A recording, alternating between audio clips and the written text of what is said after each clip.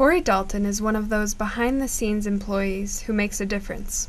He plays a key role in the effectiveness of the city's communications systems. Corey started working with the city almost 10 years ago. This is what makes the city go round. Yeah, this is our data center where all the file servers for the whole city sits. We relocated this server room from Reno Fire Station 1 when they built the baseball stadium, but inside each of these cabinets are just lots and lots of file servers that serve different roles. I'm the network manager for the city of Reno, and I work for the communications and technology department. Our division is called network operations, and basically my staff and myself are responsible for keeping everything running. This is our internet, the way we see it. All these fiber optic lines go to different locations across the city. In here, this is our phone environment. The technology that's in this 2-foot space here, if this was a traditional phone system, would be an entire room, probably 20 foot by 20 foot full of old So, because the city has multiple sites all over the city, and we're in charge of making sure that everybody that's in those buildings can get to everything they need, email or the programs their departments use, and make sure that they're able to provide the services to the public that they need to from the location they're at, and then to make sure that the equipment that their programs run on for the citizens stay up and running. So there's a lot of people that they don't understand what we do or why or how we do it, and they shouldn't have to. All they should care is that, you know, when they go to read email, that it works. Or if they go to the internet for something they need to do for their job, that it works. They don't care what goes on behind it, because that's not their job. And in some cases, we have some people that are curious about it and some that aren't, but we really kind of enjoy just kind of doing our thing behind the scenes and keeping things running. To the IT staff, this is how we view the city of Reno and all of its buildings and where everybody works. So to an IT person, we think in terms of the technology and the hardware that sits at each facility to keep us all communicating within buildings. We really don't care too much about what a building looks like or, you know, the physical address. And we monitor all this equipment with a program that tells us when something has gone down, and we get emails, and sometimes it happens on middle of the night or on a weekend, and we come down and we try and do the best we can to get service restored as quick as possible.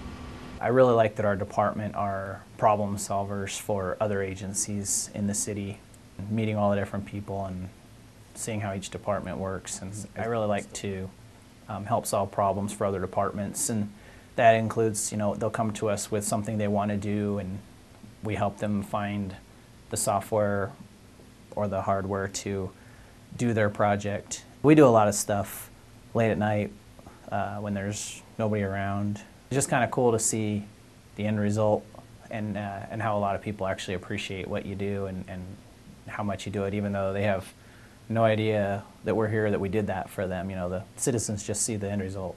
I like seeing what I do, how it affects people. We like to help out. I just like helping people. When he's not troubleshooting computer systems, Corey has a very unique hobby. This is my hawk. Her name is Kit. She's a female Harris hawk. This is the protection glove that I wear for her, which you can tell she has destroyed. This is all dirt and mud. This is all her immature plumage. She's still just a baby. She's, like I said, she's about 9 months old. It's just an estimate based on the breeding seasons down in the Phoenix area. To become a licensed falconer anywhere, you have to pass an exam that covers all kinds of biology, anatomy, disease, their ecosystem, all that stuff. You then have to put together a certain legal set of gear, and you have to have facilities, and you have to have a place for them to sit out in the sun, and you have to have all your various gear. Once you have all that approved by the Fish and Game from the Nevada Department of Wildlife, you then go and fill out a form for a trapping permit. And once you've trapped your bird, you now start this long process of spending every waking minute with it. It becomes another kid if you have kids.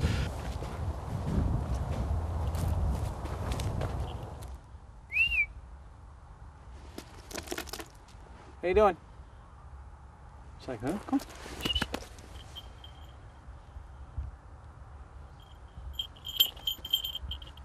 Yeah. Let's keep going up the hill.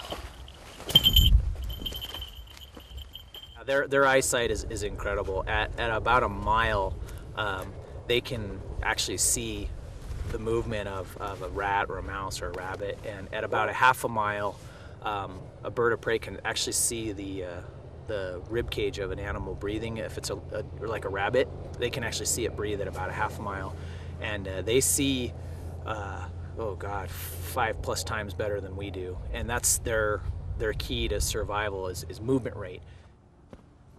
I can tell when she's chasing because she chirps.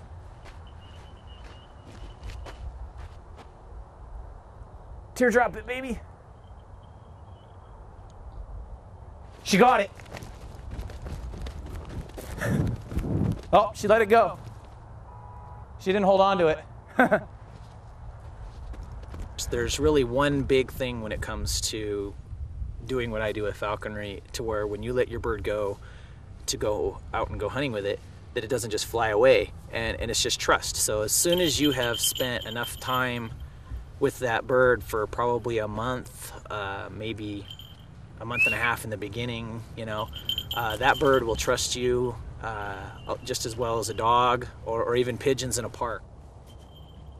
I love this bird so much, and I have bonded with this bird. I trapped her. I traveled all the way to Arizona to trap this bird, and this bird trusts me so much that she falls asleep on my hand sometimes. And for a bird of prey to close their eyes around something that can be a threat, they normally die in those cases. Once they realize you're not going to hurt them and you're not a threat and you're providing food, they'll stay around you. And so you can now take that relationship and go out and go hunt prey in the wild with it, and really enjoy, from my perspective, the true essence of hunting to me. This is hunting in its purest form.